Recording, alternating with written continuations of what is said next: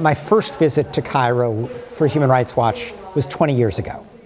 And at that point, I came to report about torture by SSI, the State Security Investigations Unit. And we attempted to hold a press conference in a major Cairo hotel, and State Security insisted that the hotel shut down the press conference. So I ended up inviting the journalists up into my room. That's the only way we could hold a press conference.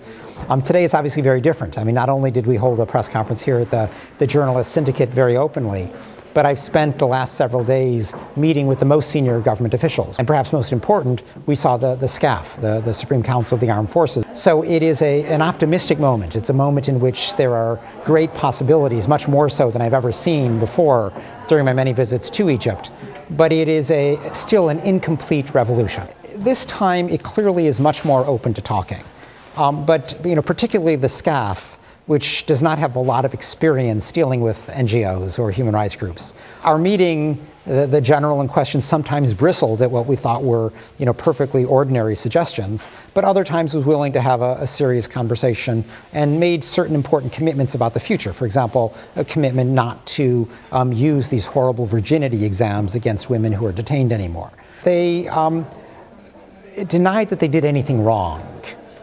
They insisted that virginity tests are normal in prisons, and that any woman brought in who is a virgin is subjected to this test to guard against the possibility of rape. Of course they should guard against rape. The way they do that is by protecting the women, by prosecuting anybody who mistreats the women or any other prisoner. Those are the normal ways you do it around the world. Without admitting any wrongdoing, the SCAF general did say that they will no longer be doing the virginity tests.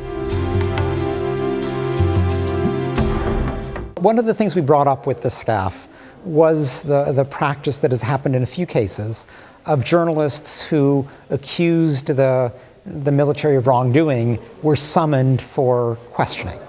And we explained to the military how that impedes free speech and the free press, and can impede the kind of free debate that a genuine democracy should be encouraging. Now, the SCAF general with whom we met, first of all, insisted that the military can put up with criticism. It just doesn't like accusations. And it was worried about accusations that undermine the confidence of the Egyptian people in the Egyptian military. Now, we explained that, first of all, that's a fine distinction that we're not sure we want to depend upon, that we would prefer that the military be more thick-skinned, that it have more self-confidence rather than fear that the slightest accusation will undermine the confidence of the Egyptian people.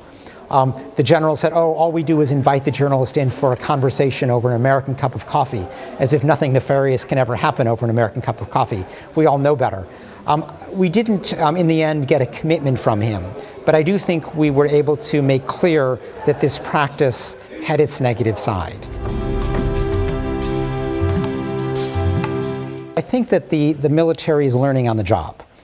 They've suddenly been put into this position of guiding Egypt during this interim period. They speak, I think, quite genuinely about their desire not to cling to power, but they don't exactly have experience in building a democracy. And frankly, this is where Egyptian civil society still has a very important role. We did ask the Justice Minister about the prosecutorial strategy behind the prosecution of Mubarak and others, because we were trying to understand why some people are prosecuted and not others, why certain crimes are being pursued and not others. And we unfortunately didn't get a good answer. The Justice Minister simply said, that's not my domain, that's the domain of the Prosecutor General. And so because the Prosecutor General refused to meet with us, we're not able to question him. The Prosecutor General should be transparent about the theories guiding his prosecutions. And of course, Human Rights Watch will be closely monitoring the trials. We want to make sure that those trials are fair. It's true that Mubarak clung to power and secured the support of the West for many years by basically saying, if not him, then the Muslim Brotherhood would take over.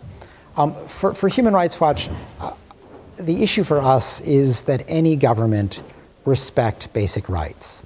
And so we've actually met with the Muslim Brotherhood. We're meeting with various candidates in addition to the government and the military. And we're trying to secure assurances from all political parties that if they assume power, they will respect basic rights. Now, obviously, a key part of that is the Constitution. And I have to say that, I mean, even the Constitution today has many good elements in it. The problem today is much less the written word of the Constitution as it is the implementation of the Constitution, how it's been interpreted and applied by the judges and the government. For us, we're going to be looking most closely at how the new Constitution is applied.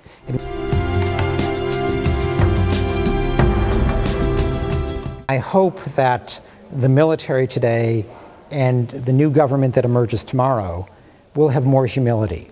It's important for anyone in power to listen to the Egyptian people. Mubarak didn't do that, and in the end, that led to his demise.